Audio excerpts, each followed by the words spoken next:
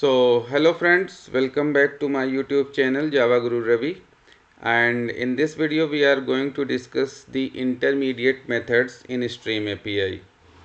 So as I have already discussed that stream can be created from any collection, and the purpose of creating a stream is that I don't want to change my original collection, but at the same time I want to perform some operation and fetch the result without creating any additional collection in the memory.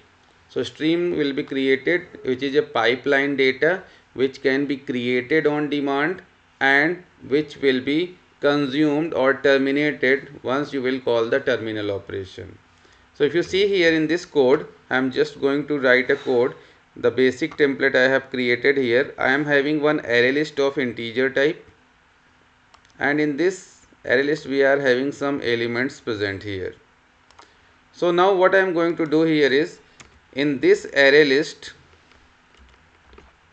I want to create a stream, and because I want to create a stream, so I have to import this package java.util.stream, because the entire API is contained in this package java.util.stream, and this package java.util.star is required because I am using this array list.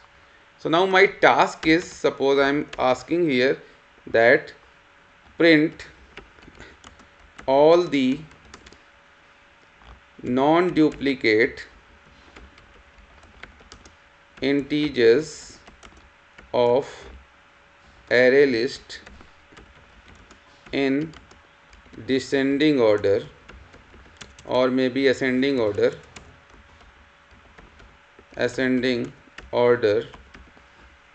right? So what I will be doing here is, I will say okay, I want to perform some operation and I don't want to alter my collection. So okay, I will say let us create a stream. So now we have a collection with us and we want to create a stream. So I have already told you that from a collection you can create a stream by using a method stream or parallel stream. So let us create a stream here. I will say okay, I want to create a stream, and stream of what type? The type will be remaining same as that of collection. So my collection is of integer type, so my stream will also be the integer type. So I am saying okay, I am going to create a stream, and how I will create a stream? Using the method stream. So I am calling this method stream. So al.stream will create a sequential stream and I am storing it into the reference variable str. So now we have got the stream. Now we can perform the operation on the stream. So in the stream, first the most basic operation is distinct. Distinct method is provided which says ki okay, from the original stream I will remove all the duplicate elements and I will give you a new stream which will not contain any duplicate elements. So let us see whether it is working or not. So I am saying ki okay, I am having str, I will say str dot distinct, and there is no parameter required here. A str dot distinct will simply give you the non-duplicate elements in the stream. So the result will be a new stream. So I can use the same str reference variable to store the result. No issues. New stream is created, but I am using the same reference variable str to hold the new result. So this is how you will get the result. Now the second thing is, I am having a stream. Now what you want to do? My stream is having all the elements which are non-duplicate. Now what you want to do? Do you want to store somewhere? For that we have a terminal method collect or toArray. You want to print them? There is a terminal method forEach, right? If you want to count the total number of elements, so there is a method count. So count is a straightforward method that you can use to just find out the number of non-duplicate elements. So this you can use here, count. But if I want to display this result, so the method is forEach. There is a forEach loop, there is a forEach method also. So on the stream I will be calling the forEach method, forEach.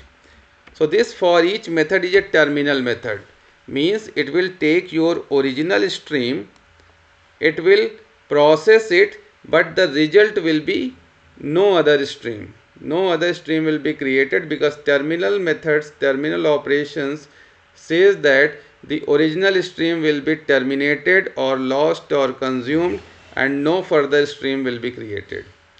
So we will call the for each method. For each method says ki okay, I will be doing whatever you will ask, but you have to tell me what you have to do in the parameter. Let me show you how this for each method has been defined. So I will show you the stream interface.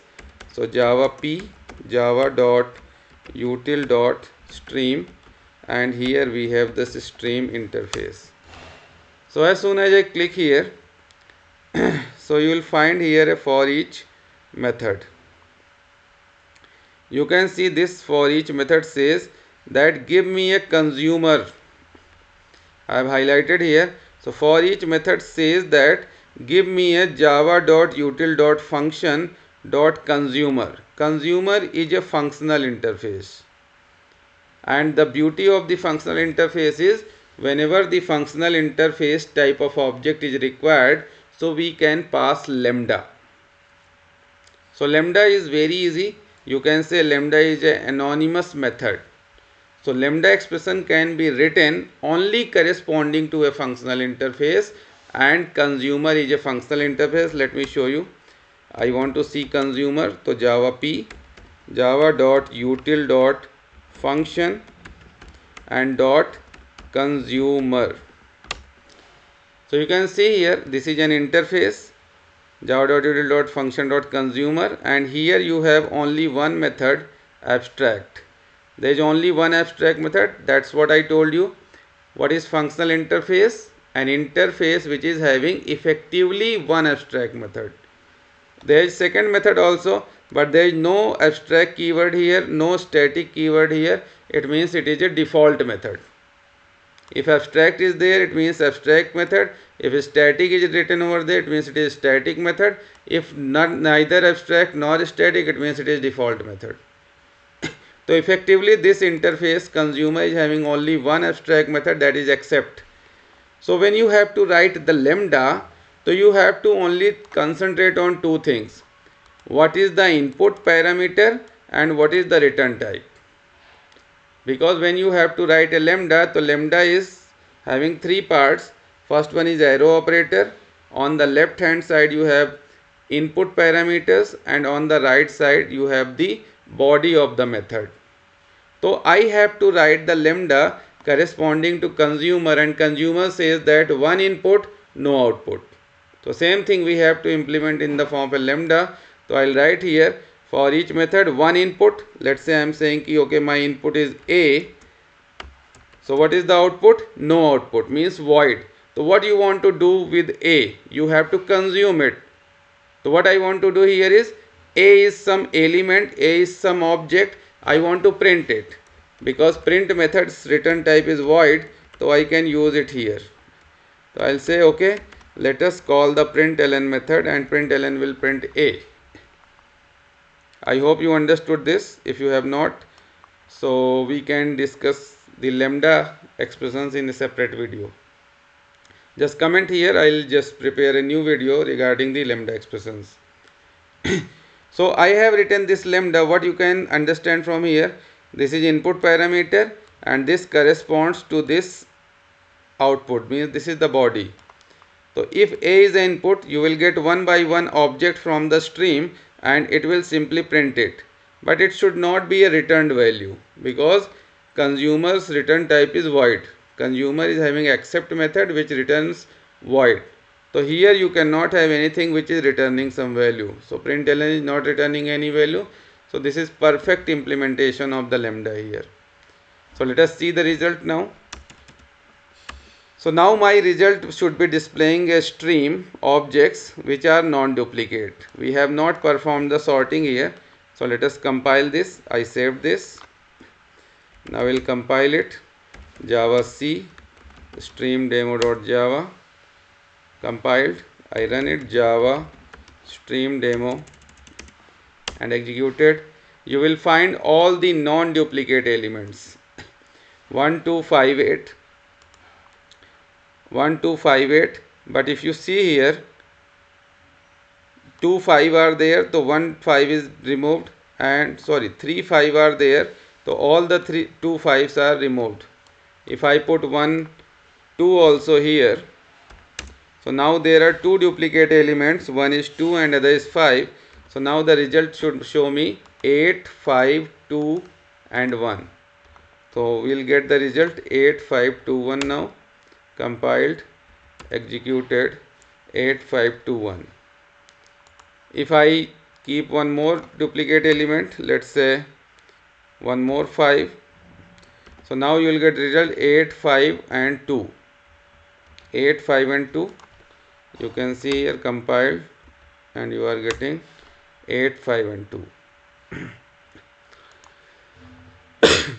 So this is how you can understand how to create a stream, then how to use the distinct method, and how to use the for each method. But my task was something different. I was asked to print all the non-duplicate integers of the array list, but in the ascending order. You have to print it in the ascending order. Suppose, again I am writing this. We have to print in the ascending order. So we have to perform sorting. So for sorting, there is a straightforward intermediate method, sorted. And sorted is having two overloaded versions. The first version says that we will be sorting in the natural sorting order, means ascending order, plus you can use the no argumented sorted method only when the stream objects are comparable. Right? If your class object, the objects or the class is not comparable, it means it is not a subclass of comparable, then you cannot use the sorted method without the parameter. For that, another version of sorted method is available, which says give me the comparator. Comparator means user defined comparison logic, and comparator is a functional interface, so you can again write a lambda. So we'll come to this, but before that let us apply the natural sorting. So this is str distinct, so I am calling the distinct method. So what is going to happen? A new stream will be created. So if you have a new stream, so I can call another intermediate method or terminal method here, that is called as chaining of methods. So let us call the next method here sorted. So it is going to sort the result in the ascending order, and then we are calling the for each, so it will print the result. So let us see the result. I compiled this, I executed it. You can see the result in the sorted order 2 3 5 8 9. Although my stream is 8 5 2 3 9, but after sorting you are getting the result which is 2 3 5 8 9, natural sorting order, because we are using the sorted method. Now the question is, sir, I don't want to sort in the natural sorting order, I want to sort in the descending order. So I have told you, if you want to sort in some different order, or you want to sort some objects which are not comparable, then you have to use the another version of the sorted method, the overloaded version, which says give me the sorting logic. And the sorting logic should be given using the comparator. So let us see the comparator here. Java p java dot util dot comparator. So comparator is again a functional interface. There are so many methods, but you can see all are static here. All the methods are static. Statics methods are not considered for the abstract method count. But if you see here on the top, you get two abstract methods that I am highlighting. One is compare method and second one is equals method. But I have already told you, any method which is already defined in the object class will not be considered as an abstract method. So this equals method is already defined in the object class. So this will not be counted as an abstract method. It means there is effectively only one abstract method, that is compare method, which says two parameters of same type and return value is int. So we have to implement comparator here to decide my own sorting logic. So sorting idea is very easy. I am giving you a general conclusion. Here you have to take two input parameters. So you will write two parameters. Let's say x comma y and then arrow operator. So simple one formula you can remember, that if first parameter is greater than the second and you are returning plus 1 या positive value, so it is ascending order. I am repeating, if first input parameter is greater than the second input parameter and you are returning a positive value, it means it is ascending order. You change anything, if first one is smaller and you are returning plus 1 a positive value, it is descending order, right? So you can change it in the same manner. So I am saying x comma y, and if I am saying x is greater than y and then I am returning 1, else I am returning minus 1. Ternary operator I am using here is, I am saying two parameters x and y. If x is greater than y, so I am returning 1, means this is the logic of ascending order. I don't want ascending order, I will say minus 1 and plus 1. Now what it says, x is the first parameter. If x is the first parameter and it is greater, I am returning minus 1. So for x first parameter greater than the second parameter and you return positive value, gives you ascending. But if you return negative value, it means it is descending. So this will give you the descending order sorted sequence. Let us see this. I compiled the same code. I executed. You are getting the result in the descending order.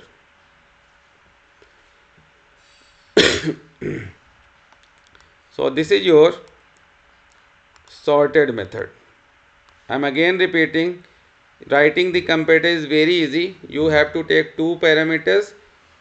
Now whether you want to sort in ascending or descending, you have to keep in mind only one thing. First is greater and return a positive value means ascending. First is greater and you are returning a positive value means ascending. Rest, you change anything, it will become descending. Right? So we have done distinct method, we have done sorted method, we have done for each method. Now one more method is filter. Filter method is very easy. Filter method is used to simply filter out the elements. And to filter out the elements, you have to check the element on certain condition. Right? Maybe you are having some objects, students, and you want to filter out all the students who are eligible for a company. So the criteria can be CGPA greater than 6. All those elements who will satisfy the condition, means who will return true for that condition, will be remaining in the result. Those who are not satisfying, they will be out of the result. Right? So I will show you the filter method. Filter method says कि okay, you want to filter, so give me the filtering criteria in the form of predicate. Right? What I said, predicate. If you see the stream interface, here you will find the filter method.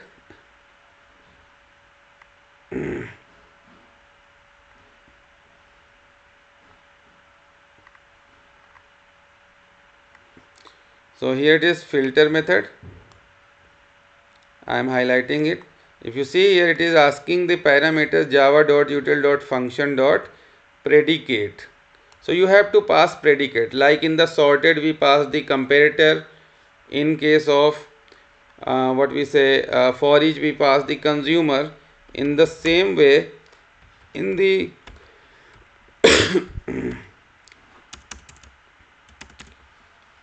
java.util.function dot predicate, you have this, you can see there is only one abstract method test, and test method says that one input of type t but return type is boolean. In consumer you have seen one input of type t but return type is void. In predicate one input of type t but return type is boolean. Right? So we are going to implement this test method in the lambda. So let us now, my question is changed, print all the non-duplicate let's say odd integers. Sorry. So print all the non-duplicate odd integers means till now we are removing the duplicate, we are sorting them, but we are not filtering out the odd integers. Now we have to filter out odd integers. So what we have to do is we have to call the filter method. So I called the distinct method, then after calling the distinct method I will say ki okay, let me call the filter. Let me call the filter, right? Then we will call the sorted. So keeping this sorted aside, just focusing on the filter. So what I am saying is that let me write the code for filter. So what I will write here, filter says give me the predicate. So I am saying predicate is one input parameter, let's say x is my input. So what I want to do, filtering logic which returns a boolean value. So I am saying I have to filter odd integers. So the point to be remembered here is the condition that you are giving here in the boolean, if it is returning true then the element will be retained in the stream. If it is returning false, so it will be removed from the stream. So you have to write the condition which returns true for the required scenario. It means here I want odd integers. It means I have to write x modulus 2 is equal to 1. It is the condition of odd. So if any element modulus 2 is equal to 1, it means it is odd, means it will return true and it will remain in the stream. If it will return false, it will be out of the stream. So let us write this code, filtering. Again repeating, this is my input parameter. You can put parentheses also around this so that it will be clear. So this is input, this is arrow operator, and this is the boolean condition. Right? So now appending it here, sorted. So now this is completed. So now you are supposed to get the output of all the non-duplicate odd integers. Now 8 will not be there in the stream, right? Let me make it one more. Yeah, 8 and 2 both will not be in the stream. Both even integers are removed. So compiling it again, executing it. You can see 953, all the odd integers, non-duplicate and in the descending order, right? So this is how we are writing the filter. So we have done filter, sorted, distinct and for each method, right? So for this video that's all. We'll talk about some other methods in the next video. So that's all for today. Thank you so much. Have a nice day.